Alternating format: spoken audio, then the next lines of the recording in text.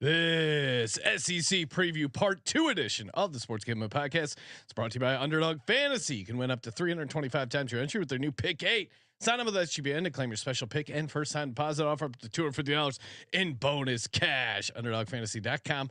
Promo code SGPN. We're also brought to you by Rhythm. Get the best data-driven props and picks from Rhythm. Claim your 7-day free trial by going to sportsgamblingpodcast.com/rhythm. That's sportsgamblingpodcast.com/RITHMM. This is Brian Bosworth, aka The Boz, and you're listening to SGPN. Let it ride, brother. Peace out. Boz out.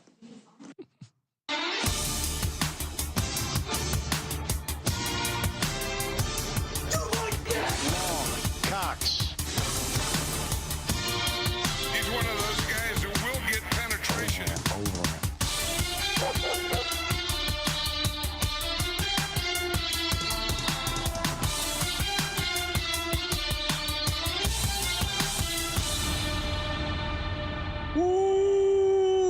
Welcome everyone to the Sports Gambling Podcast. I'm Sean, stuck in the money green with my partner in picks, Brian, Real Money Kramer. What's happening, Kramer? Dog. Really cannot wait to see the SEC accept the cities of Austin and wherever the fuck Oklahoma plays. SEC. Joining us, the king of SEC. It just means more when he's in studio from the College Football Experience, Colby Dant, aka Pick Dundee. What's happening, Colby? I'm really excited about I haven't been this excited for SEC football in a long time. Really? Since probably like probably late '90s, early 2000s. Really? Yeah. Now, what's the why are you so jacked up about it? I think getting rid of the division. Remember, the SEC didn't used to have divisions, and then when they moved to divisions, I think getting rid of the SEC East is huge because that division was weaker for the past 14, 15 years, pretty obviously. And now also getting Oklahoma and Texas, and believe it or not, as far as expansion, now I think it's somewhat foolish for Oklahoma, but they do kind of fit the blueprint of the SEC, whereas the Big Ten one is ridiculous. You know what I mean? If you're going to compare the two, which so you're great, you give the SEC better grades on maintaining the integrity of their league. Yes, by far. So power rank the conferences in terms of maintaining integrity. I actually think one SEC, okay, two Big 12. He's turning into an SEC, Kramer, right before our eyes. I think after that, you know what? I'm at 3. I'll do ACC because I think the ACC had to do it. The Big one 10 ACC doesn't have a number. You got to give them points for that. They're not. They're not sticking they're to. Smart enough to know. But their website don't list how many teams because it's going to change. True, but their website years. still says Atlantic Coast. Yeah, we should probably just flip that to all coast conference. Yeah. And it makes total sense. If you're the Illuminati conference, you have to have Stanford and Cal.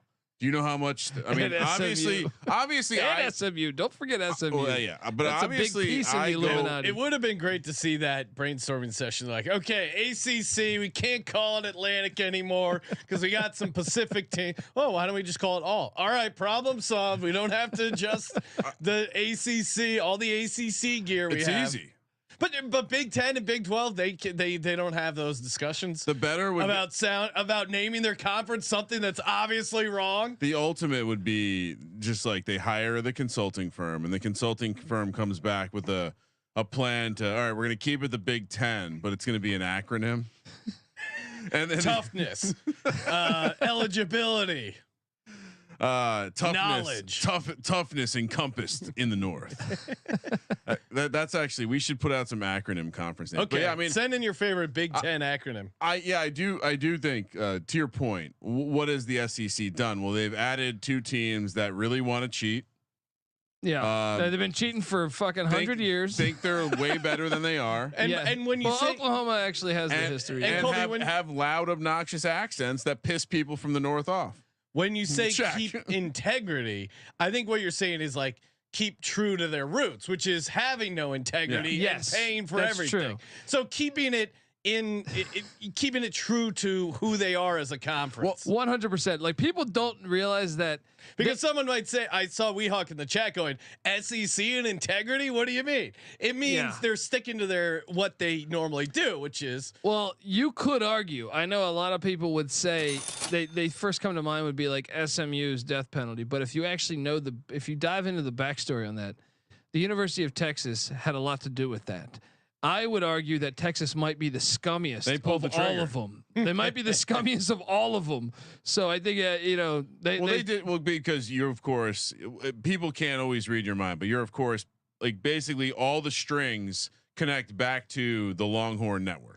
Well, correct? Yes, and that's the domino. Yeah, well, not only that, it's like Charlie Day and Always Sunny having the light bulb moment. I'd have to go back to, but there's some stuff out there you can read about SMU and being dealt the death penalty. I believe the governor who was working with the NCAA is a Texas alum, so he feared them coming up. All right, put it on the forensic files list. We got to talk about that. Also, I read a book about Bear Bryant, and Texas was paying players in like 1951, according to whoever wrote that book about Bear Bryant. But he was quoted as saying that a couple of my players were, Texas flew an airplane over their fucking house and dropped off a flag. There has to be an easier way than dropping it off with the crop duster. Yeah. I mean, they didn't have cell phone records. He probably could have just drove to his house, knocked on the door, and gave him some in 1952. Cash. It's a bit way like if you were a rich guy in 1952 and you really wanted to flex, you'd fly a plane over a dude's house and drop a flag. Drop an American. No, it was the flag of the university. Yeah, of course. And then you open the flag, and there's I think he said, and I'd have to go back. They called that colonizing back. $5,000 in cash wrapped up. Yeah, gonna need a deeper dive on this one. Well, that's what you gotta love. You gotta love like the shoe does truly fit. But finish your take though. Finish your take. Well, Texas has been the worst. They've always been, and then they're like, we need the network. We were better than everybody else, and then the network, which is a failure by the way, because no one watches it. But it wasn't a failure. They got lots of money for it. No, it's done. I know, shit. but it generated a lot of money and was probably critical at that time for them. Maybe at that time, but it also changed the framework of college football and how it was controlled. Quick sidebar. Do you think Spectrum will allow us to purchase the Pac-12 network now? That was a big point of contention. Yeah, when you're setting up our cable and we go, can we get the Pac-12 network? They go, no, you're signed up for a business account. But okay, what do you want? An extra $5-10 a month? They're like, no, we don't allow. It's not possible. Like what? You don't think I mean, I understand not a lot of businesses also want to air the Pac-12 network, but let me buy the fucking Pac-12 network. They go, I'm not going to let pyramid scheme. We can't do that. And I go, all right, I'll steal it. And they go, well, that's your choice. That's what they said. You're forcing me to steal with your stupid process. Come on. Now, here's what actually I think Colby in about 12 to 18 months would have gotten there. But Texas cannot sit still. Texas cannot be a part of a team. Texas can't be a part of a conference. Texas is gonna Texas. If I'm the SEC, I got to be keeping two eyes on Texas. Yeah, because at the first chance, they're gonna act like little bitches. Oh yeah, and they just might take the SEC down from the inside. This is going to be if Texas is like a traveling salesman who goes to Vegas and immediately takes his wedding ring off. They're always looking for better opportunities, upgrade opportunities. I mean, let's say Big Ten, maybe Alabama knows Saban, they fall off a little bit. Oh no. Georgia hits a wall. All of a sudden, they don't. SEC doesn't get the ESPN deal renewed. I don't see that happening, but. If Texas sees an opportunity to hop conferences, do you think they have any loyalty to the SEC? Of course not. Well, it could be if they really struggle in the SEC. No, that's the other thing. You know, like if they're getting their ass kicked, then all of a sudden the Big 12 might look a little attractive, or the Big 10, or whoever. Or you know, the ACC. Yeah, maybe it's better to be the big fish in a small pond. Matthew McConaughey gets curious about the Illuminati stuff and Minister of Culture. Wants to join. I mean, it's got to piss. It's got to piss them off that SMU has all this money. It's got to piss them off so bad. They tried to kill SMU, and SMU Undertaker. But Oklahoma's also taking a giant risk. I mean, I've talked about this before, I think, on this show, where you can look at Arkansas back to the Jimmy Johnson days, and you know, they were just so dominant for so long. Then they joined the SEC in '92, I think it was, or maybe '91, and then they've been pretty shitty since. I mean, they've had a couple years where they got up, but some would call that they were a blue blood before. That's a different death penalty. That's the slow. Well, Oklahoma can be that because Arkansas doesn't produce a bunch of talent within their state, kind of like Oklahoma. They both border Texas, so all of a sudden Texas and Texas A&M will be taking, and now SMU is allowed to cheat. Like cheating's legal. You just woke up the beast. So it should be fun to watch. Yeah, and I also think I think the SEC may have underestimated the ability now for Texas to further recruit their regions. It does seem like this could, of all the conference realignment, like the Big Ten's makes the least sense, but I also think it has the least chance of actually backfiring. Really? No, I think the Big Ten has the most chance. I think I 100% think Texas is going to create a problem in the future. Whether it's them, to Colby's point, Texas style wise, like the type of organization they are, seems to fit in. With the SEC, I do think the lifestyle difference between Los Angeles and Rutgers, Piscataway, New Jersey is pretty different compared to just different parts of the South. I almost want to make a bet with you that I don't think UCLA will be in this conference in the Big Ten within the next 15 years. All right, so here the bet would be who's going to lose teams first, the Big Ten or the SEC? Big Ten by far. I think so. I mean, there's a chance that the SEC could kick out Vanderbilt or something. You know what I mean? But as far as to get teams, I wouldn't be surprised. I don't think you kick out Vanderbilt because they'll run right to the Illuminati conference. That would be a bad move. The SEC all of a sudden, all their farmland will start being poisoned. I would bet on UCLA being the first to leave. Oh well, I mean, about what they have to do to Cal. I know we're getting way off the reservation here, but UCLA has to pay Cal a shitload $10 million every year, a shitload of money because they fucked off and left them hanging. Well, also, like if they don't care about football that much and they're working, apparently they're broke, they might have a meeting of the minds and say, hey, if we join the Big 12 or Pac-2, we can go to bowl games every year. I wonder if it comes full circle because at some point, it sounds like they basically were like, fuck it, I guess we got to go with USC. And in the moment, and in hindsight, it does seem like almost every move they've made suggests they aren't super happy about it. If you read any details about the case that got settled, and basically UCLA has to, it's like $11.2 million a year, something like that, of the money they're getting from the Big Ten, they have to give to Cal, Berkeley, and I think other schools within the Cal University system. So it's like, yeah, maybe you're right, but I do also think, like I think they're going to be traveling crazy. I just love the idea of Texas fucking being an absolute dynamite. Texas doing something wonky. Stay tuned for that. Hey, shout out to Tanny Rosenthal, last week's winner of the Patreon Pick'em prize. This week's prize, another $100 Circa bet. Kramer and I are going to be at the Circa hanging out. We're filling in for the 3 to 6 o'clock Pacific show on VSiN Monday through Wednesday. So make sure you check that out. And check out all our fantasy football previews. We got quarterbacks, tight ends out so far, running backs, receivers coming next week. Lot to get to, Kramer. Yeah, I mean, lots of fun football. We got more future stuff after that. We got more team previews. 32 NFL team previews right around the corner. And like Sean, like we keep alluding to, we'll somehow there's even some space for some other episodes. British Open, non-football. I mean, PLL is back. With CJ, CJ will probably be fiending for smelling salt again.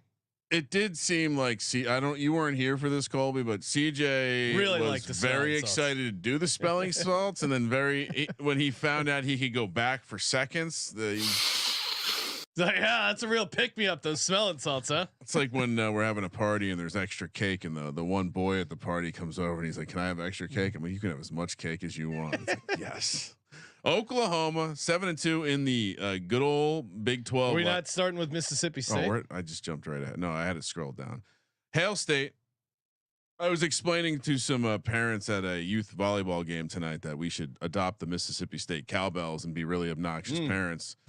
It does seem like Mississippi State is in tough spots right now. Really tough. 1-7 last year in conference. They did get to 5-7 overall, but the win total's right back at 4.5, heavily juiced to the under. 350 to 1 to win the conference. I mean, that's if for the people that chant SEC. I mean, what are we talking about right now? You can't have teams that are 350 to 1 to make to win your conference, and somehow, again, I get it that the SEC is good, but 700 to 1 to win the college football championship. Are you serious? Why are they not 1,000 to 1 like everyone else? I mean, that a serious question. Yeah. What are we doing here? Well, you know, I hate this team now. You know that, right? Why do you hate this team? Well, because they got rid of the air raid. They tried to change things. What was and No, I mean, it's who they hired. well, first off, they only gave Zach Arnett 1 year. What did you think about that, Colby? Well, he tried to go ground and pound with an air raid roster, dumb. which I thought was very stupid. But so he probably deserves to be fired. Just off of that, I was like, what? We were questioning it heavily last year. But the guy they brought in is my nemesis. Why? Explain to the people. Okay, why. so he was the Oklahoma OC with Dylan Gabriel. He was the Ole Miss OC with Matt Corral. Did he teach Dylan Gabriel the fake slide? That's what I'm talking about. He does that shit, and he's done that. He did it with Mackenzie Milton at UCF too. It drives me fucking crazy. And he This it's is a all about a gimmick fake ass slide? offense. No, it's just the gimmick of the offense. It's not just one fake slide. He teaches that from his quarterbacks to run and slide abruptly. And one of my favorite moments in the Just recent picturing a coaching with a clicker. All right. And when you see the defender, it's gotta coming be near he you, teaches it because it followed him. Mackenzie Milton was doing it at UCF and I hated it. Then Matt Corral at Ole Miss. Then Dylan Gabriel, who was at UCF but at Oklahoma, was doing it while Lebby was OC. That's probably why he went to Oklahoma, is the connection. So yeah, at that point, then I believe it's taught because that's 3 quarterbacks in a row. And yeah, it drives me crazy. And I was so glad TCU's linebacker knocked that motherfucker out because that was beautiful. That was the best moment in football in the past decade. But anyway, I hate that hire. You know what I mean? Like and maybe it works because it's going to be annoying. It's weird though. They got Blake Shapen coming out at quarterback. That's not the style of quarterback I thought he would bring in. That was a little puzzling, but the schedule is challenging for a team that just returns pretty much nobody. 10 returning starters. And even with that, those are starters in college football. They were not with the program last year. You know what I mean? I think it was 2 that were with the program. Yeah, that's Yeah. I mean, you almost have to blindly fade these teams. There's just again, we talked about transfer portal combined with everything. But could they get to 5 wins? I mean, their non-con feels winnable. 4-0. They go 4-0 Really? in the non-con. No, I'm saying if they go 4-0 in okay. the non-con, where are they getting to those other with that 1 win? In Well, conference? this is the bad part is they Vanderbilt? they don't get Vanderbilt, right? That's the Oh, you're right. They get Arkansas. That's your hope, right? Is Arkansas At fires home? Pittman, and that would be the moment. But they got a death Colby's blow. really calling for Pittman to get Yeah, what fired. is this about? And make sure you subscribe to our Patreon. We're going to be doing a Forensic Files deep dive I on love the Bobby Pittman, Petrino but Bobby story. Petrino there is just the shoe fits. I hope Pittman gets hired somewhere else. Eastern Kentucky, they can win. That is an in interesting Starkville, FCS. they're going to win that. because they want to be in the At FBS. Arizona State, possibly a win. Toledo at home, that's a win. dangerous. No. Toledo's good, man. Yeah. Toledo's they almost went undefeated last year. It's a great program. They I mean, Nick Saban coached there many moons They were ago. 3 points away from being undefeated in UMass? the regular season. Oh yeah. boy. Arkansas at home. I love UMass on the schedule. That's a conference game. Yeah, we really should have included UMass in and, the SEC preview. We should just break down UMass's win total. They have a lot of SEC games. I'm going to look at UMass. I told you I did a deep dive on this. They've played SEC teams 14 times in the past 10 years. The adjusted, because there's a crazy juice split, like Kramer mentioned, -180 on the under 4.5. Over is +145. So it's really like taking it at 3.8 wins. If we're being serious here, they do have a great home field advantage. And to me, if like they could be 3-0 in the non-con, the first 3 games that is. I'm gonna say over 4.5. just because they got to 5 games last year and it was a complete disaster.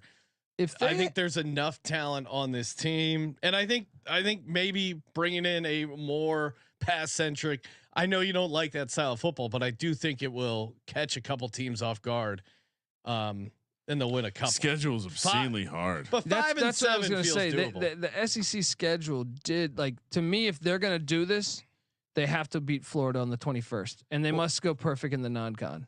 I mean, because if they lose to Arizona State, which I think they will. I would favor Arizona State. Then you got to beat Florida and Arkansas. Yeah, and that's not going to happen. No, right?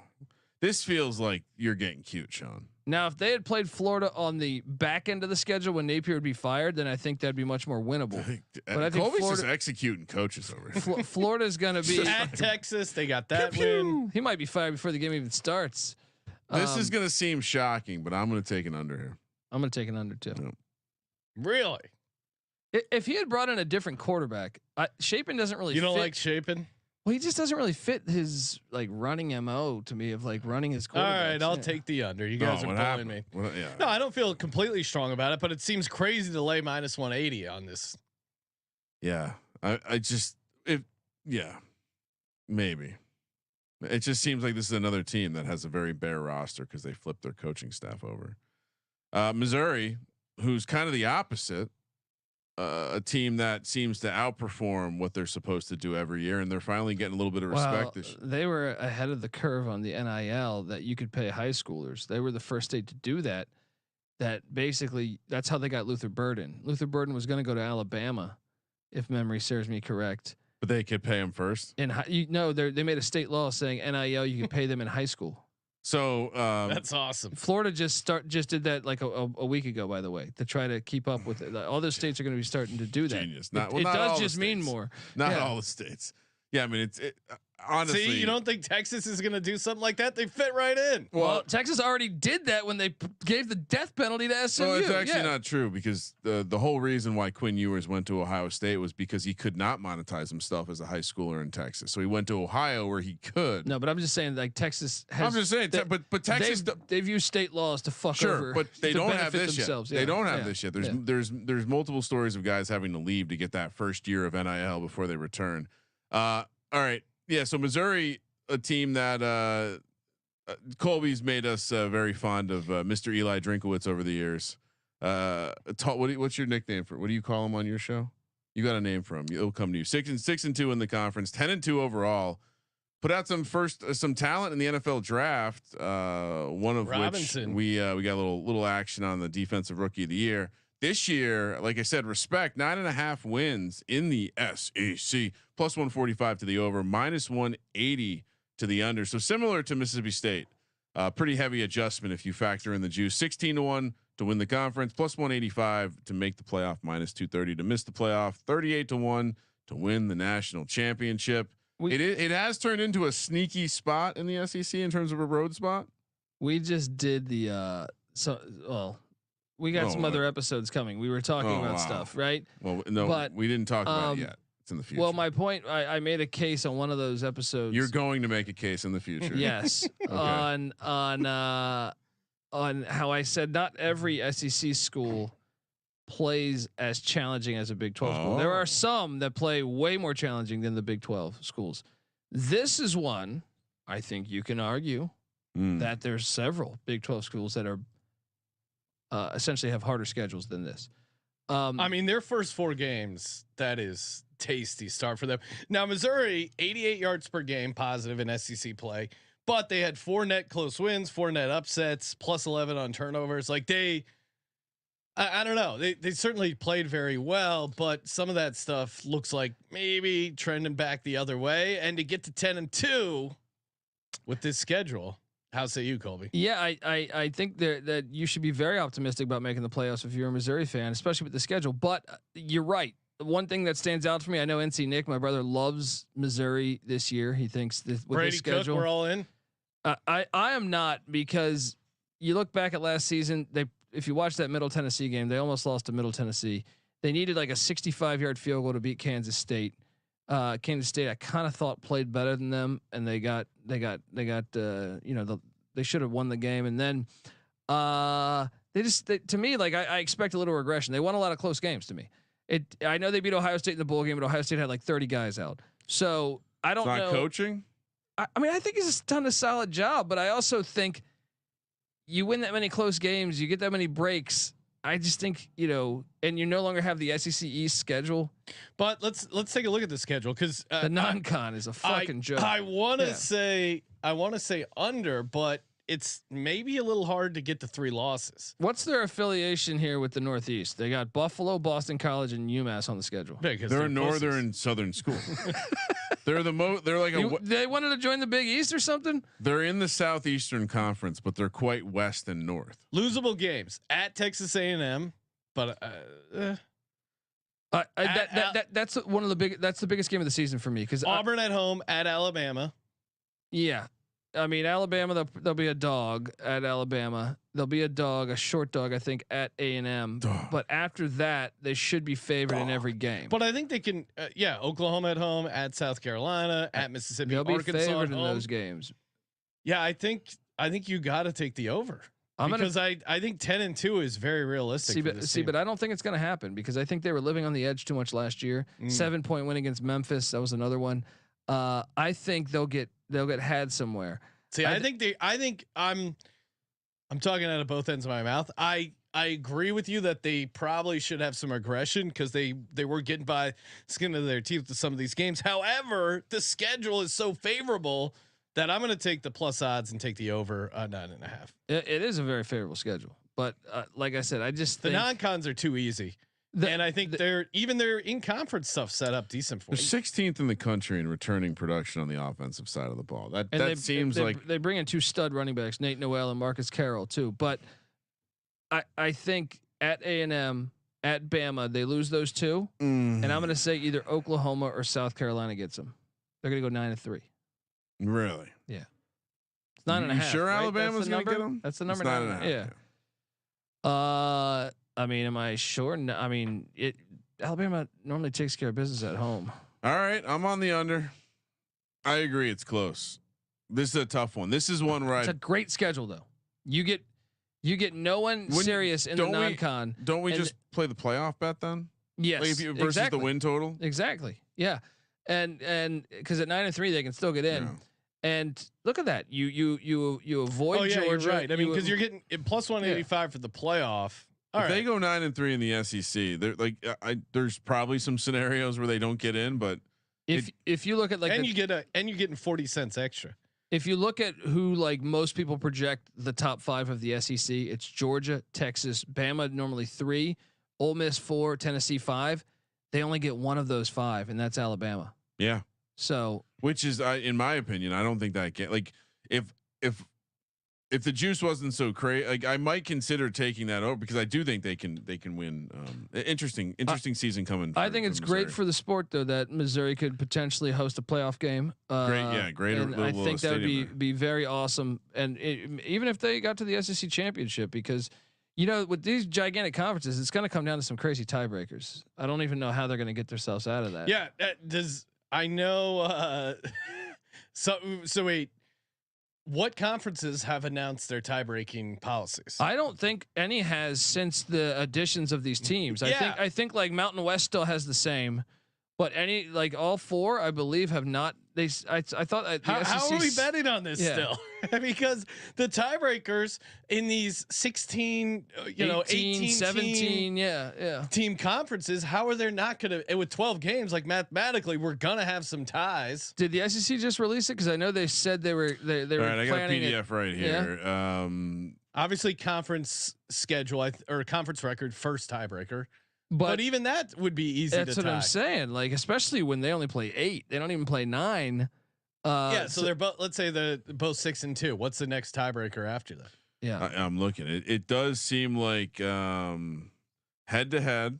Yeah, which they're not going to play Texas, Georgia. This is my point: is when you have these larger teams, they're especially with an 8-game conference schedule, you're not playing half the fucking conference. You know what? I am going over because here's how it's going to be broken. Schedule is so good for them. So basically, after you work out the normal, like, hey, we all played each other. Can we work anything out there? If the teams are still tied, then each team's record against the highest seeded team not involved in the tie is considered. Wait. So basically, your record against the best team. Yeah. So basically the best team that everyone played that's not involved in the tie. How did you do against that team? Well, wait. So this is gonna be a shit show.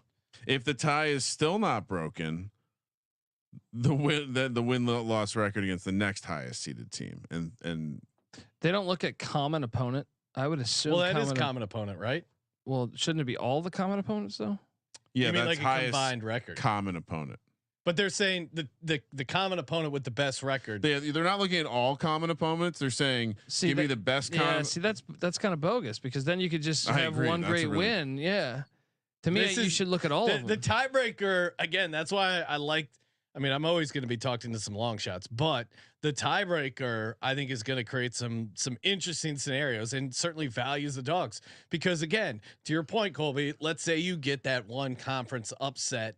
And that is what swings the tiebreaker thing. That's a huge difference for these getting into the championship. 100%. And like take this from the way that I read that was that or heard that I should say is so like I think Texas A&M, who we're going to get to in a little bit, has a very good schedule too, right? So let's say Missouri and Texas end up with the same record. They're going to look back at that A&M game. Is that the way that because that would be their best win? Missouri's if it goes the way I was foreseeing it, which would be wow, okay. So on per this is so I think what I found was more recent. Someone wrote an article saying they hadn't released it. No, they were supposed to release it in like sometime right around now. They said they were so his model was basically similar, but it would take your total victories versus SEC that makes teams more sense that finished with a winning conference Why record. not just take all of the I don't understand that. Because you're trying to have a quality metric, I guess there. And then after that, it would be total conference wins among teams beaten in SEC play. This is, I mean, it's going. I really don't think they considered the complexity. No, this model would have worked. It would have worked with like six. Back when they had Big East and everything, it would have worked with 6 conferences without like 10 teams each. No, but to your point, they're not playing enough games to just have these. Like if you were to turn the SEC statistically, there's especially with only 8 conference games, the odds that the top 2 teams are going to get there without tiebreakers. You play half small. Your conference. Yeah, it's just what makes that hilarious though is. Texas or Georgia or someone's going to get fucked over on this. Like, well, yeah, that's the point. That's the fun part, right? That's Texas. They starts all of a sudden starts not doing good. They throw a stink. They completely crater the SEC. College football normalizes. We cannibalize the SEC and move on with our ways. So I'm officially on the over. Colby and Kramer on the unders for Missouri. Like yeah, because Colby reminded me about their schedule one more time. They don't play Texas. But that's all I needed to hear. But you would recommend that your clients get the extra 40 cents of juice and take the playoff, right? Stay tuned for the futures bet. Oh, I apologize. Hey, have you guys signed up Underdog Fantasy? Man, this week is they're going big for UFC 303. Let's go. I'm jacked up for UFC 303. You got Stoneface himself, Alex Pereira. They're going to be running a site-wide special. You can take higher half strike. So odds, I'm going to lock up a half strike over. It's a UFC 303 special. Plus they're doing a special bonus. This is for existing and new customers. The 10% deposit bonus. If you deposit between now and UFC 303, you got an extra 10%. And of course, new customers deposit match up to $250 in bonus cash. UnderdogFantasy.com, promo code SGPN. And just mentioned, we're going to be out in Las Vegas. Maybe you're going to be out in Las Vegas between now and when the NFL season kicks off. You got to sign up for Circa Millions and Circa Survivor. We love these contests. Derek is awesome. No rake. They're giving away $16 million. No rake. No one else in the business does that. The guy loves gambling. Both contests are awesome, super fun. They got quarterly prizes for Circa Millions, booby prizes for last place, which is harder than you think to actually pick all the games and come in last place. But again, super fun NFL ATS. Sign up in Vegas. Come out for contest weekend, August 22nd through the 24th. We're going to be there doing some open bar events, hanging out. Kramer said he's going to shotgun a beer. So make sure you come out, say hi, sign up football contest proxy. I said give out a digital horse. Oh, okay. Yeah. Digital horse, football contest proxy, promo code SGP. But again, sign up circusports.com. I was actually just looking at the stable because I was going to point at something like Colby always does. No, Patty C struggling. No. We the stable acquired a horse with some athletic potential, and we thought I've been naming the dudes after people in the ecosystem here, and I was like, well, who had the most athletic potential of all the SGPN employees? And Patty C arguably reached the highest level. That's true. I think. Do we know of anyone that played the sport at a higher level than Patty C playing Division I college football? I actually think you could argue he also was a kickboxer or kickboxing, I believe, and he actually kicked some ass in that too. So you're saying you'd say Patty C is the top athlete at SGPN? Yeah, I mean when you see him currently or historically. No. When you see him walk in, you think peak athleticism. Yeah. No, I'm saying at his prime, he's the best athlete we have. Seems like it. Although Ryan Gilbert, super tall, the giraffe who hosts the Hockey Gambling Podcast. I mean, could be a tough guard. Oh, basketball wise, but I don't think he ever played at Division One. I was going to say, we learned Gumby from our MMA gambling podcast. I didn't realize he was actually he rolled a little bit. He played some MMA. I don't think that's what they said. We do Rod, this game. I know kick return for the Dolphins for a couple years. Doesn't like to mention it. That's true. We like to do this game on they called him the human joystick, right? Yeah. On the college football experience, where we do who would win the coaching Royal Rumble. So I guess we could do that within our own current Royal Rumble. Yeah. We need to get someone making odds for that. Yeah. Oh, I think that's a fun. It's a great piece of content. Game, yeah. I mean, CJ, if we're doing Royal Rumble and you got to get someone out of the ring, CJ might be a tough out. J Mark might be a solid play. He's like gardening and fucking doing all this crazy farming shit. I just think of physically taking a guy and tossing him out of a ring. J Mark is not high on the list. That's true. Neither is Patty C. Now he'll just maybe hang out in the corner and crack some cold ones. Disagree. I feel like Patty C's got some killer inside of him. Yeah, that we don't need to get out. But yeah, I would feel pretty. I mean, honestly, I would feel pretty good about my Steve chances. from the golf gambling podcast. I'm trying to think who I would actually like, because you know that thing. It's a great question, dude. Even when you're old as shit and you're like, no, I can still run faster than you. What about Beanick? He's young, man. He wouldn't be my concern. He wouldn't be my. I mean, honestly, like someone like Moneyline Back would be the concern. Someone who I know fucking deadlifts every day, and he's still like in his. I think I see those 29, 30. So he's still. He works we're past out. our prime. We're past our prime. We need divisions. Yeah. We need under 40, over 40. I don't need divisions. Oh, all right. I mean. Maybe I just came from a very challenging sculpt height. Yeah, I will say, like this dude he stays on a schedule. At least when I was going to the office every day. Oh yeah. Of green. You know, he might be an underrated play. My core strength's through the roof. Yeah, I guess there's yoga strength and then there's Royal Rumble strength. Oklahoma. Speaking of Royal Rumble, you heard the great Brian Bosworth on The Voice. Before we started the episode, Oklahoma 7-2 in the Big 12 last year.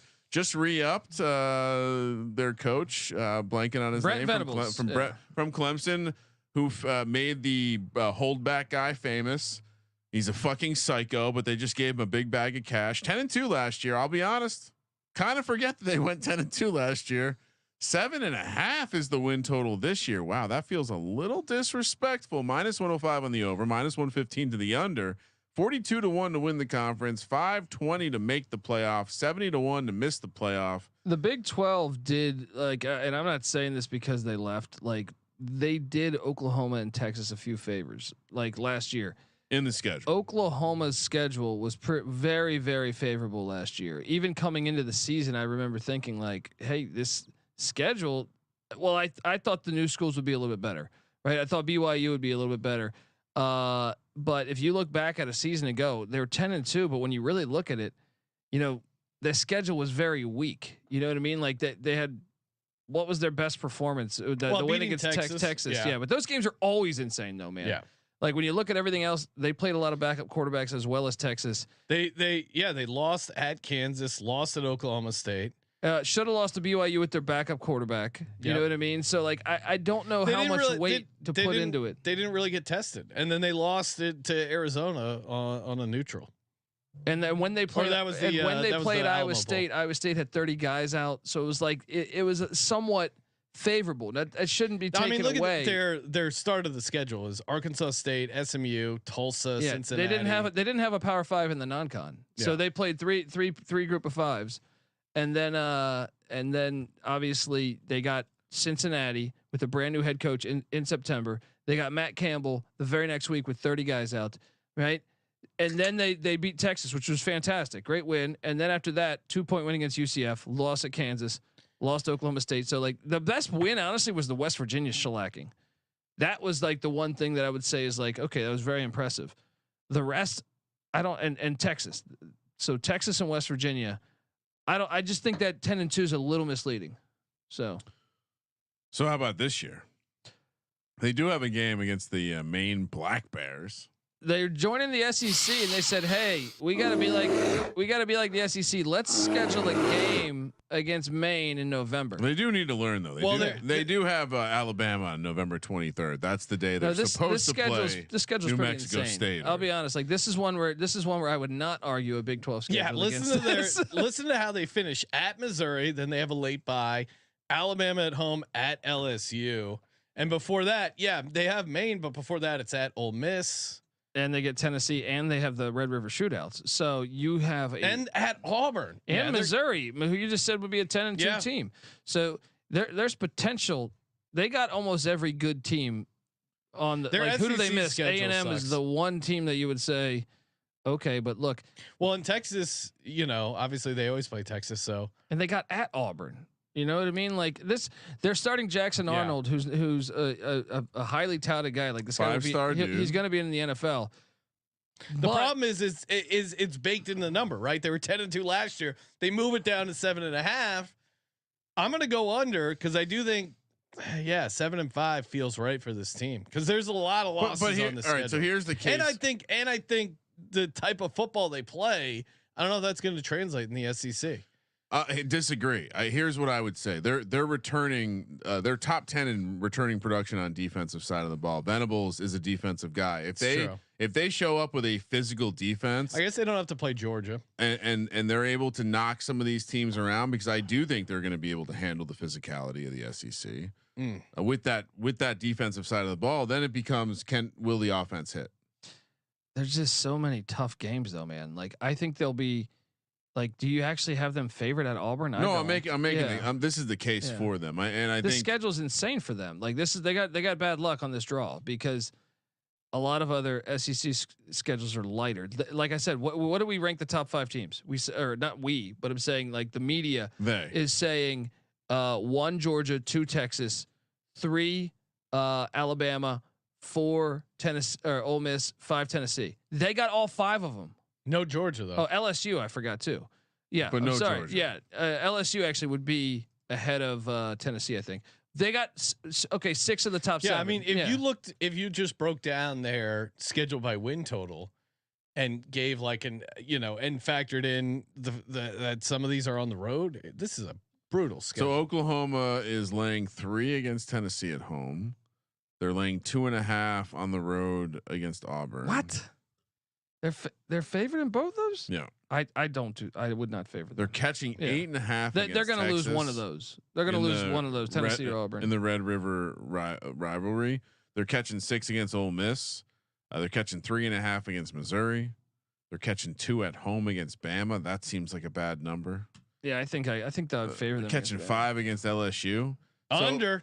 To your point, it's gonna be tricky, and I think what sells me is I've heard people make the case like this defense could be very good, they could be a problem. I just don't trust the coach. If I've learned one thing, don't trust Dabo assistants. No, thank you. I think the number's right here. I think they're going to be 7 or 8, but I'm going to go under 2. I'm going to say 7 and 5. Yeah, the quarterback's got to prove it to me. We haven't seen him on the road. You're gonna want to tune into the Oklahoma preview where Colby gives you the good picks. Yeah, he's gonna be on the over there. That's all my SECs are out there. Oh, yeah, really? Right. Wow. And you were on the under. I was on the under. Oh, Okay. Wow. Yeah. Wow. Well, great acting by Nice. Colby because he was hemming and hawing. Yeah, thought he might I think take they the got over. the number right. 7.5. That's another great move. I mean, awesome. You know, these numbers are pretty sharp. Shout out to the books, just doing great work, hanging really tough numbers. That's the new name for the show where we do the forensic file stuff. We just call it They Investigate. All right.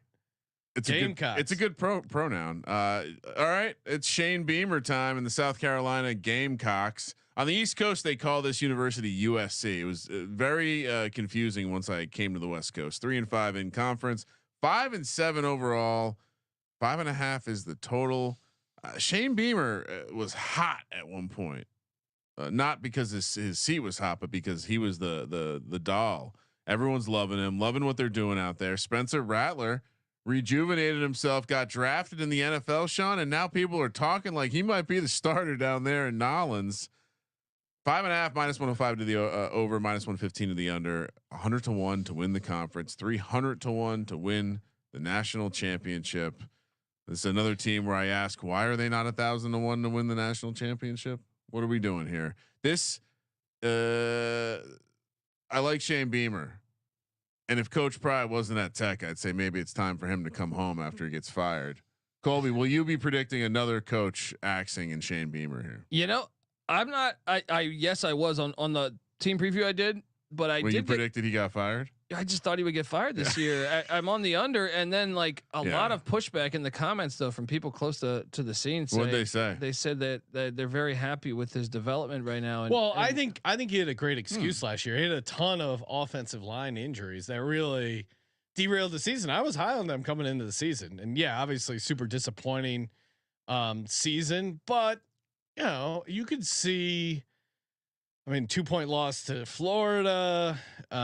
Spencer Rattler made a lot of things go for them last year. I still believe they'll fire him. Like sometimes, like people tell me, they've told me this before. You know, I think it was with Dan Mullen, and they did it. So like these. But is the pushback like, hey, no, it's actually going, or is it just people being fans and like, hey, no, we're no, good. I think the fact he this freshman Lenore Sellers is going to be starting, and then like the fact he landed they have a guy that is literally like the boat where he has potential to be like the Bo Jackson of college football at the tight end spot. Whoa, he's from like Gronk. He's from what the hell is his name right now? I'm drawing a blank. So baby Gronk. Nick Harbor is his name. Google image. All right. Nick Harbor, and that's NYCK. What is that? He's from Washington. He's from Washington D.C. You hearing this, Sean? They spell Nick with a Y now. Not in my America, dude. This guy runs. He's a track athlete. Guy. That's what I'm saying. Like he's like Bo Jackson. This doesn't look like Gronk at all. I see why you were calling him Bo Jackson. Yeah, and he does look jacked. I'm telling you, like this is a guy that if he hasn't been playing, can't show me this shit. Now I'm going to be in on South Carolina. You know I like off. They gotta find ways to get him the ball. But when click on that photo where he's like 10 times bigger than the other guy. Yeah, that's what I'm saying. Like they gotta find ways to get this guy the ball because, but landing him was huge. I think they got him over. No, I don't know. He looks way bigger than the number one. Nick guy. Harbor is like a porn star name with a Y. NYCK. Right in the butt. Harbor. That's a porn name. All right. What are we doing here, Colby? Because I'm on the under just because they're starting a freshman quarterback, man. Like to Kramer's point, Rattler was kind of the offense. Well, and when you look at their road spots at Kentucky, even though Beamer's had Kentucky's number, it's for a freshman quarterback. Week 2, you don't get a couple weeks to really get that going. You're going to be in a hostile environment there. I kind of think Kentucky can get that done. Then at Alabama they will lose. At Oklahoma they will lose. At Vanderbilt maybe I think they can get that one. But at Clemson, you're asking a lot of a freshman quarterback. And then the home games against A&M and Ole Miss and Missouri and LSU. it's just a lot, man. I just think I look at that team and I say, that's at best 5-7. I think at best they spring an upset. Now I will say that Beamer has. Do you think they bring him on to Coach Pry's staff once he gets fired? It could be, but Beamer's upset some teams before, so maybe there's one I'm not seeing. Well, that's what I mean. Yeah. They've had some moments as a program. Yeah. I mean, they have a Tennessee. back-to-back road spot at Alabama, at Oklahoma. Yeah, it's very tricky. They do have the Wofford Terriers at home. Yeah, that's probably a win. Classic Wofford SEC At game. Clemson is tough. Wofford's a good At FCS Vanderbilt, program. not a pushover spot. Maybe. I don't know. What are we doing? I'm on the under. Yeah. Kramer, make it another under. I think I got to be on the under. Especially like you're telling me that on October, like if they after that A&M game or something, that they still could fire him, man. This is year 4. You know what I mean? Like it's not like he's been knocking it out the park over here. Like maybe he's landed some top recruits, but if you're not winning games, I still think there's a reality. Especially if they could get somebody, like if Kramer, lock it up under. Yeah, it's unfortunate, but this is another one where it's a simple handicap, but sometimes you just got to look at the schedule. Like imagine Liberty's. Like, all right, so maybe they get a really hot start and they got 3. Kramer's currently sitting at 2 overs and 10 unders for the SEC. Imagine, it just seems like getting to 5 wins is hard. Imagine Liberty going undefeated again, which there's a high chance they could. Jamie Chadwell, that would be back-to-back undefeated regular seasons. They could. Jamie Chadwell was previously at Coastal Carolina in South Carolina. Before that, he was at Charleston Southern. Yeah, he's just a South Carolina guy. So if you're telling me that he's out there and there's a chance that another school could pluck him, I think they fire Beamer and go for him. Yeah, I mean, what has Beamer done for them? He's recruited in well, the grand scheme of they things. got a couple Nothing. guys. The SEC recruits well. Yeah. I mean, that's the nuts and bolts of it. So we're all on the under. Yeah, Under. Okay. Let's go. Tennessee 4-4 in conference last year, 8-4 overall. 9.5 is the total this year. Plus 130 to the over, minus 160 to the under. 13-1 to win the conference. Plus 170 to make the playoff. Minus 215 to miss. 33-1 to win the conference championship. They just won a baseball championship. Tennessee fans are come on. It's just not going to happen for them. Are they going to bring back the goalpost from the river? that was great. It seemed like an appropriate celebration. Nick Saban's still mad about that. That's the thing that started the storm. Why is he mad? You know that, right? The storm in the court. Yeah. It started with that Bama Tennessee game because the fans stormed the field and made it unsafe for us. Oh, really? Yeah. They complained to the SEC and Sankey issued a thing about storming the court or storming the field, like a gigantic fine. He needs to undo that. Yeah. That's not a good. I mean, come on. We've gone through this before. All right. So Tennessee has definitely kind of stepped back up in class, and certainly the division, the best NIL deal probably in the country, or well, they have their NIL collective together. What was the words I read to describe the Tennessee collective? Willing to push up against the barrier. Well, their governor just I love when the NCAA. government gets involved. Yeah. So basically, Great use of the tax dollars. Tennessee is definitely laundering money. Allegedly. This might not be selling lab space to Saudi Arabia, but they are definitely investigating all. I think any team that is really trying to push it is selling off to hedge funds and private equity. And this is another one where I think it's a very good schedule for the SEC. It's still got challenges, but it's still a very good schedule considering. No, I like how you highlighted. How many of the top good 5 for Tennessee or good for the conference? Good for Tennessee. They get Georgia and Bama. Those are the 2 they get from the top 5 ranked teams that we said. Yeah. Whoa. And they get Bama at home, which I like. I favor Tennessee to win that game. Yeah. So man, Tennessee fans are definitely going to the river. Look, I think and even the Oklahoma game is intriguing because Josh Heupel is won the national championship. They call it third Saturday in October, huh? That's funny. I think keep it simple.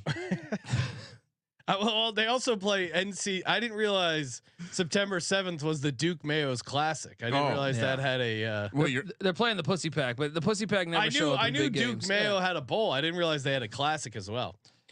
I would say the only 2 losses is at Oklahoma. Well, here, put it this way: at Oklahoma, Alabama at home, at Georgia. as long as they don't lose all three of those, they hit this over. I agree. And to me, they got this 5-star freshman that looked really good in the bowl game, and I just think who it's was a their great quarterback schedule. last year? It was Joe Milton. He sucks. Yeah, he sucks. And they were still 8-4. That's the point. I'm with. I think this is like. I think it's an over. I think they're going 10-2. Smash that over. Yeah, I think that the only game they're definitely, and they could win at Oklahoma because they're getting Oklahoma in September with that new quarterback. Are the receivers good? Yeah, they are. Squirrel White and McCoy's a 5-star. They've lost some Then to win NFL the talent, SEC at 13-1 is interesting. At Georgia's the only game they're going to lose for sure. Like, yes, they could lose at Oklahoma. I got them going 10-2, but the only one that I really see as a flat out loss is at Georgia. But again, like those 3 tough games, if they go 1-2, they're still all right. Yeah.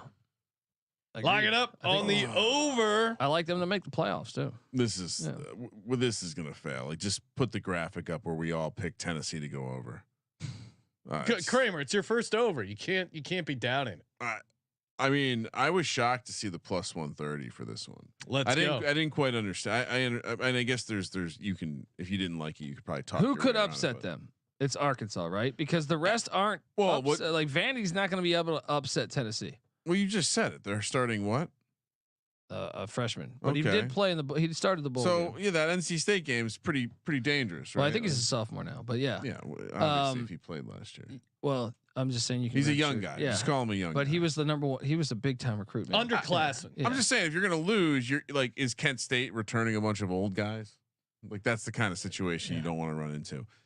Or maybe you run into Oklahoma and you're face a defense with a lot of experience. But yeah, no, I think just in general too, like if every game turns into a shootout in the SEC, who wins?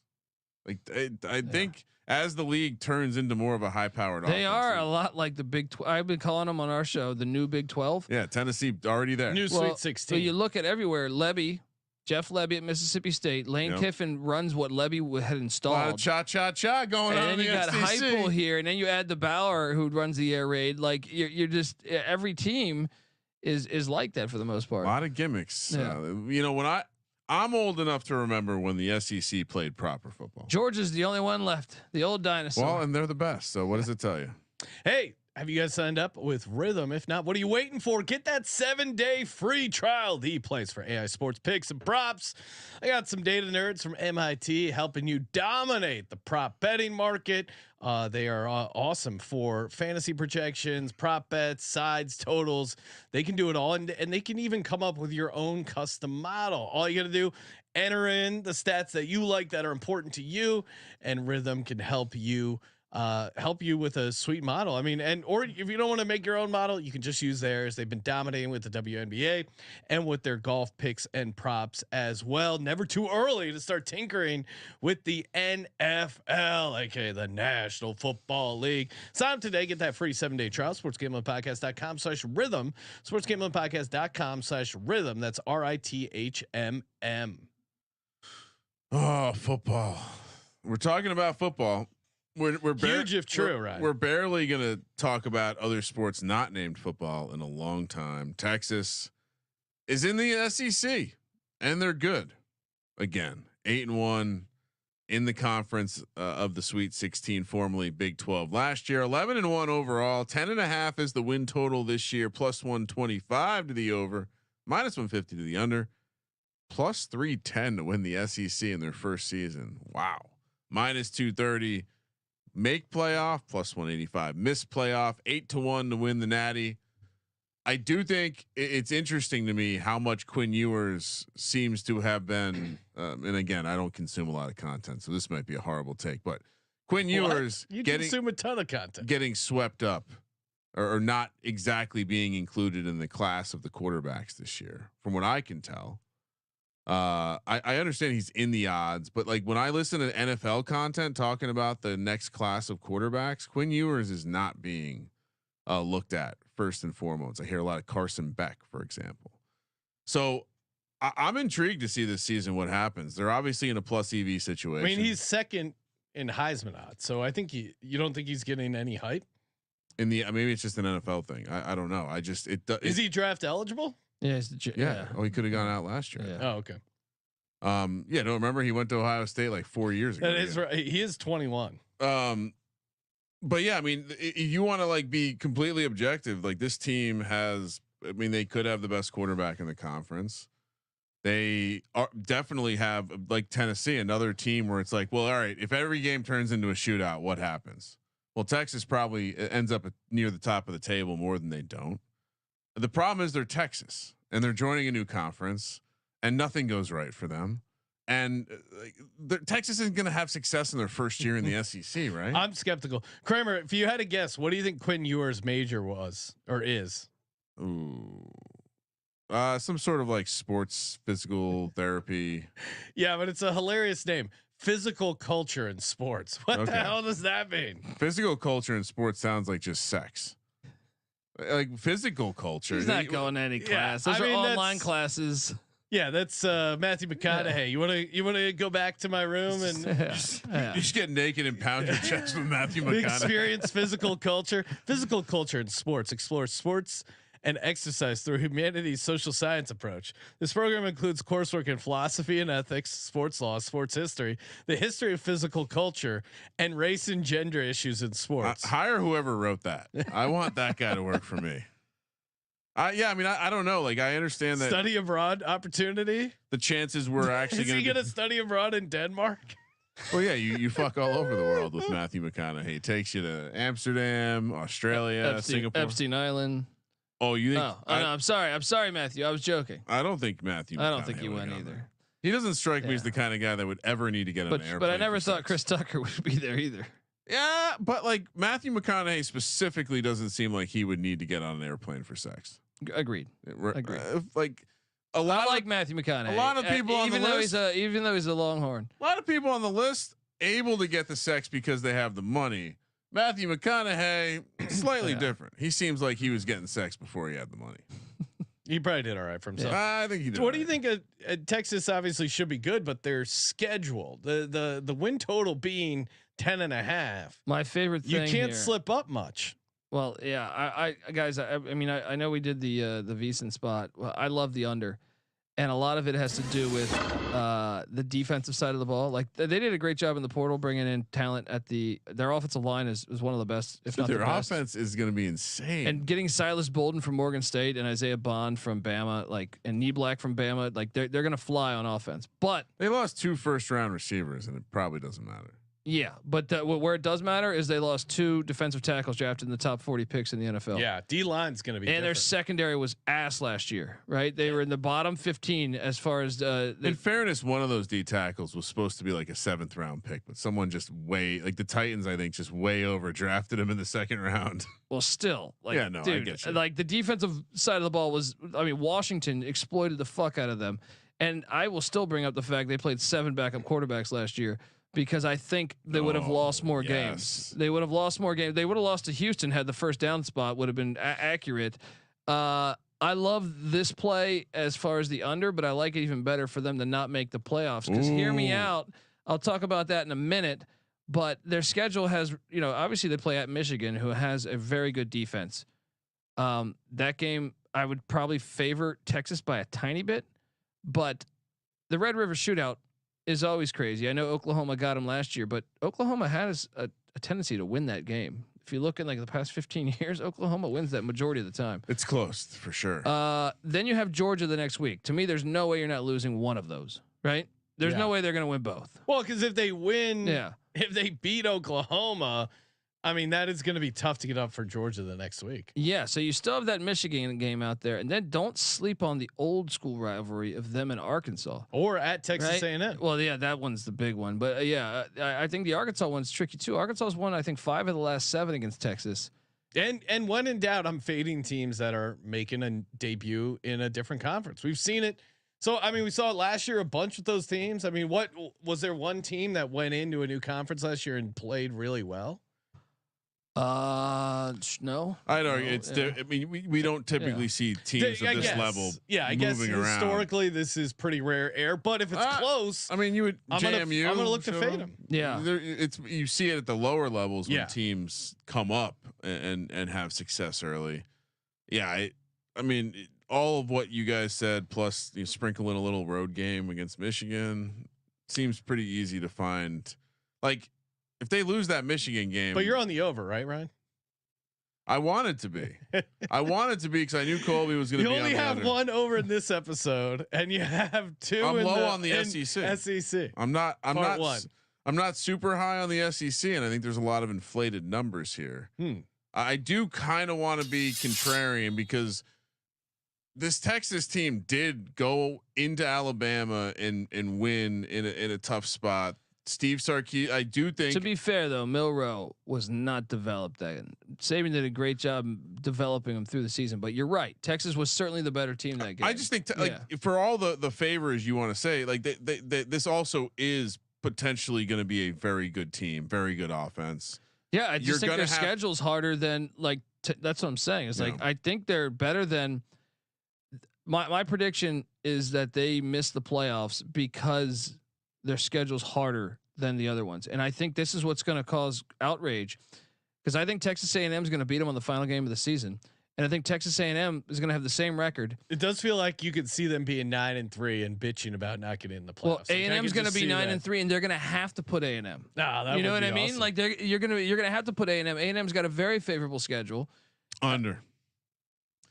It's going to be close though. 10-2 seems right. All right, next up, Texas A&M, which again, love a good parade. 4-4 in conference, 7-5 overall. Great schedule. This schedule is incredible. They've got to be so pissed. Their baseball coach spit in everyone's face and went to go coach at Texas. 8.5's the win total, -115 on the over, -105 on the under. 21-1 to win the conference. 45-1 to win the national championship. +290 to win. Or to make the playoff, -385 to miss. This is my favorite play. We love this coach. Yeah. This is my favorite play because he was just there. He spent 2 years at Duke, but he was their defensive coordinator at A&M for 4 or 5 years, or 3 or 4 years, whatever. He recruited a lot of these guys. Duke. Yeah, he came in right away. He always strikes me as a guy with a plan. He knows, like the first time that he took over a Duke team that was horrible the year before. And instantly, I remember watching. I think they played Temple in the opener, and then the very next game was Northwestern. And then after that, you're like, his team is super fucking prepared, and he has no talent on this team, right? Like he took a team that was shit. And Duke and Texas A&M have a different recruiting budget. That's what A&M's got these classes that were fire. I think A&M, you could argue, has the best defensive line in college football with him walking into it. He's a defensive mastermind. They lost some like big bag 5-star guys. Yeah, too. to Walter Nolan to Ole Miss, but. What's it called? Connor Wegman is a very underrated quarterback. I think as long as he stays healthy, I think you're going to hearing about him in NFL draft boards. Well, he stuck around. He was there last year. Their road schedule is manageable. Their schedule's incredible. Look, their road records are all against teams with losing records from a season ago. Florida, Auburn's their only tough road game. Yeah, and they were still 6-7 last year. So, but I do think that is one of the sleepy spots because there's going to be so much anticipation for that Texas game. I do think Auburn's going to get them. Yeah. But the only other, to me, the huge game there is the Missouri game on October 5th. They've handled their own against LSU, whether it was, they just win at home against LSU historically. So I think that's a good spot. They don't play Georgia. They don't play Bama. You got to playing Arkansas and Jerry World's always tricky because there's some cheating. Those games are always wild, but they've had their number. They've had Arkansas's number, but somehow they win like 28-27 every time. It is fun to watch when Arkansas loses that game. It's funny when they cut to Jerry and he's just sitting there looking half dead. And I like the Notre Dame spot because he was just Riley Leonard's head coach for 2 years. He knows his weakness. We already bet this one. Let me pull up the number. This was one you identified early. They took the game of the year number down. Dude, how great is that fucking Texas game going to be though? If I'm right about this, and Texas has 2 losses and A&M has 2 losses, can you imagine that fucking game, dude? A&M Notre Dame is a pick 'em right now. Ooh. Yeah, I'll jump. I like. I'm A&M seeing A&M laying a point. Okay, there you go. But can you imagine if that's the game? A&M against Texas in College Station. They haven't played in forever. That rivalry means so much. From what I can tell, there's a little bit of a little brother aspect. So the A&M side will be way more into it seems like they're way more into the rivalry. I think, yeah, probably. But I think whatever it's fair, happened when A&M went to the SEC like 15 years ago, that created some sort of. It just seems like Texas is like, I don't care about you, dude. That game is. I think if I had to rank like the game you want to watch most all year, it's that. Yeah, people would say Ohio 3 State, net close Michigan. losses too. Like that A&M team last year wasn't. Dude, they're super talented. They got So guys. far off. Their receiving core. They have Musa Muhammad's son at wideout. They got a plus couple other 74 guys. yards per game in the SEC. I think, yeah, I mean 8.5. I guess is high for a head coach in a new situation, but it feels like he's gonna hit the ground running. And what did we talk about? who do you replace? Jimbo Fisher. Okay. Jimbo, a guy perpetually Literally- under delivering. He's a black hole. But what did we say? Why does it got to be black? Right? They don't get Georgia. They don't get Bama. They don't get Ole Miss. They don't get Tennessee. No, the road schedule is crazy too. Yeah. I mean, listen, at Florida, Win. at Mississippi State, Win. at South Carolina, at Win. Auburn. I mean, Loss. Auburn's gonna get them. of those 4 games, I think they lose 1, maybe 2. And then they drop a home game. Yeah, 10-2. I don't even. I think they lose 1 road. Yeah, maybe 1 home. Just throwing it out there. Yeah, I got them. Like Maybe I said, 9-3. 9-3. They beat Texas, so both teams are 9-3 to end the season. A&M as the tiebreaker. A&M's in. They might go 10-2 though. That Missouri game's everything. But if I just think it would be hilarious if they beat Texas in that game, and then you really would have a hard time justifying putting Texas in. All right, so LSU, Georgia, and A&M, and Tennessee. It does seem like there's some value in this A&M conference price at 21-20. Love it. Because to your point, I like them to make the playoffs. Wegman. It like they're Connor. well, I think he's a toolsy draft guy, and if he stuck around. He's been in the same system. He's now got a coach that's not a complete dipshit. Love the offensive coordinator hire of Colin Klein from Kansas State. He's super creative with his run packages. Well, go back and look what Duke did right away last year. In on A&M. Might as well take Duke also won me a ton of money. So say no more. Mike Elko. I think the best thing you can say about him is he's like, they almost hired Mark Stoops over him, and I thought, wow, how are they going to fuck this up? Because the guy seems so damn prepared. Yeah, I think when you've watched A&M forever, really, and their teams never look prepared. You know what I mean? So it's like, this is the perfect guy for you. Last thing I'll ask: do you take the 8.5 over, or just take the playoff at plus? That's what I'm saying. I love the playoff. If they go 9-3, are they missing the playoff? Well, if they lose to Texas, yes. Yeah, I mean, That's it's going to be a saying, tiebreaker. Yeah. Yeah, but there's a committee. But I also think like that's their floor. But there's a committee. What's their floor? The floor to me is 9-3. Yeah, it is tough to find. It's going to be hilarious. The committee picking those last 7 teams. No, it's just so Colby's great. going to be so enraged. No, I'm going to love it because of the outrage. It's no longer at the small schools. No, you're going to have major alumni. Some big teams are going to get Tennessee or Texas. One of those two. Yeah. Oh yeah, or A&M. One of it. Like, I'm what just if saying A&M beats Texas and they put Texas in? You know? Oh man, A&M fans would be so unruly. All They're, right. they're going to expand right away. Yeah, I love Elko. If you're keeping track at home, that's 2 overs for me so far. These assholes who sit in here and make fun of me. Sean has 3 overs on the episode, and Colby has 2 overs. So looks like we're all locked. But then look at the other part of the conference. Well, they can go listen to part 1. We don't want to ruin what I picked for if they haven't listened. But yeah, I took some unders in that one too. Thanks for spoiling it. Vanderbilt, aka the one Illuminati school in the SEC. I think they keep them around to do the books. It's like Shawshank. 0-8 in the conference, 2-10 overall. So they don't even sweep up in the non-con. That's how bad they are. Sean, this is the lowest total in power football. 2.5. 2.5 minus 185 to the over, plus 150 to the under. So it does adjust up to almost 3.5. Lock this up. But Lock even it up. then, Diego Pisson Pavia is back. Yes. New Mexico State. I was talking to Colby. Basically, just brought their whole team. Jesus. Got him in Vanderbilt. Oh yeah. Does feel like it's probably buddy. some sort of Jerry Kill, fucking they're going to take some phenomenal chemistry coach. classes, learn how to make meth, go back to New Mexico State. It's going to be Breaking Bad 2.0. So you're going to lay minus 185. Dude. Yes. They're starting out. They might 3-0. upset. I mean, Ryan, you're talking a lot of shit. Adi, mark this because week 1. Oh yeah. Fuck you. At home Virginia against Tech's Virginia gonna win by Tech. 21 points. Nobody goes into the construction zone and gets a dub. Are all they, right? are You they still guys working? bring on your hard hat. You got your little lunch pail bullshit. Bring it in there. You all see right? this, Sean? They're building the same type of elevated floor on their football stadium as they have for their basketball court. It's Do you ridiculous. guys know about this though? Diego Pavia was like the state wrestling champ too. What does that have to do with He's a throwing fucking football? gamer. He'll piss on your fucking logo. This is- Vanderbilt, this is the worst take Vanderbilt you might guys start have. out 3-0. This They is got the the worst they take. got the pushover Hokies at home. Are you They sick? got Alcorn State. They are at Georgia State. And Georgia State just lost their coach like in April, I feel like, or whatever it was, late in March. He left for South Virginia Carolina. Tech is returning. and they got the Ball State Cardinals. 95% of their. I think they can get offensive South production. Carolina. Shane Beamer might be fired by then. You guys Right? are losing your mind. I'm all over this over here. So you think this team's going to come out and beat the Hokies? They beat Kentucky at the last time they won in Lexington. The last time they played in Lexington. What? So what do you think? They go 10-2? No, I do think the over is definitely hitting though.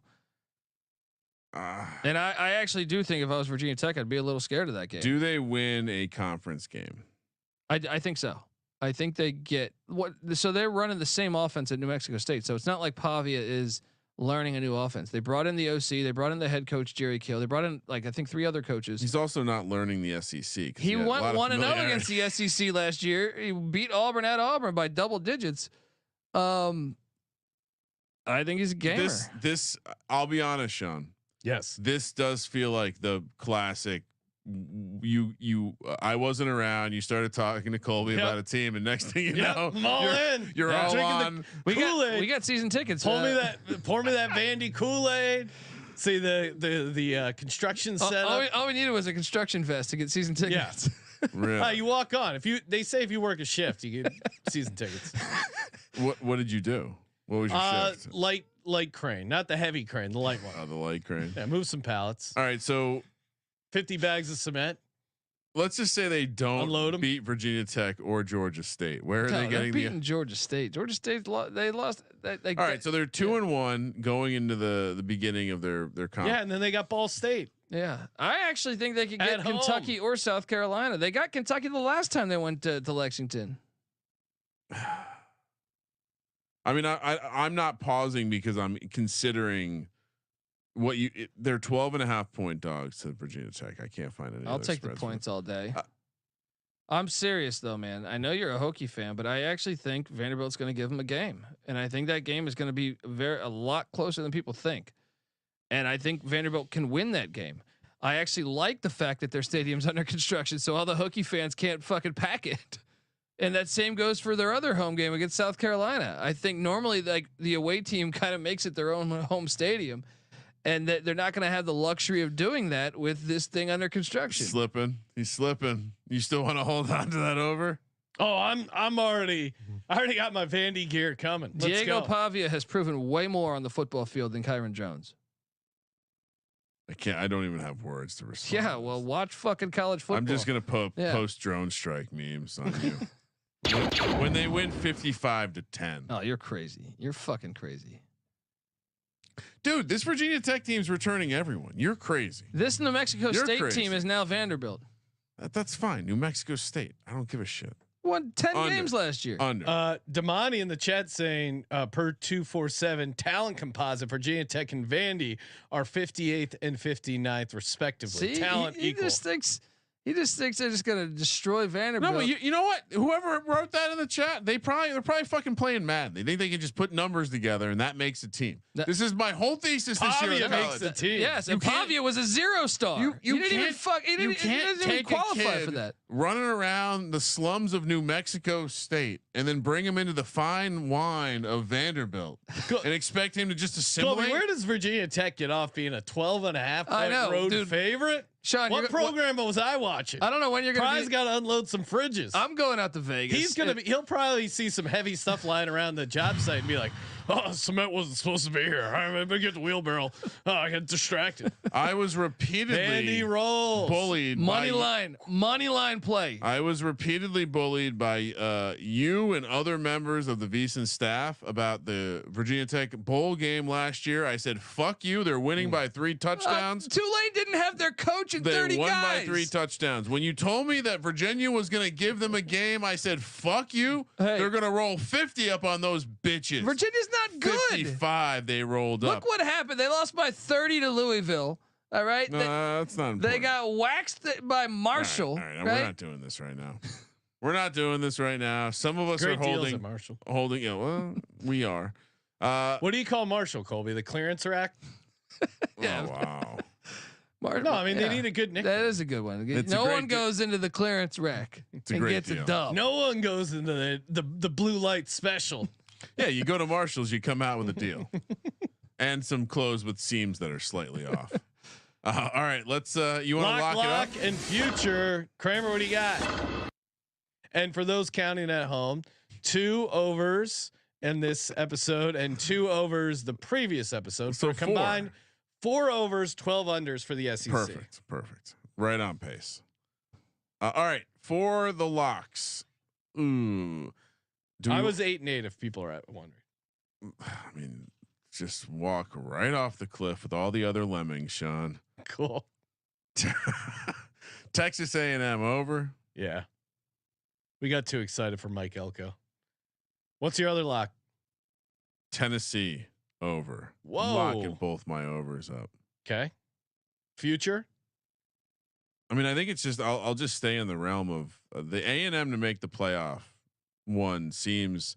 I mean, I'm definitely going to play the A&M and Tennessee conference futures, but the Texas A&M to make the playoff plus 290. Love it. That might be the best playoff odds I've seen across all the teams. Love it.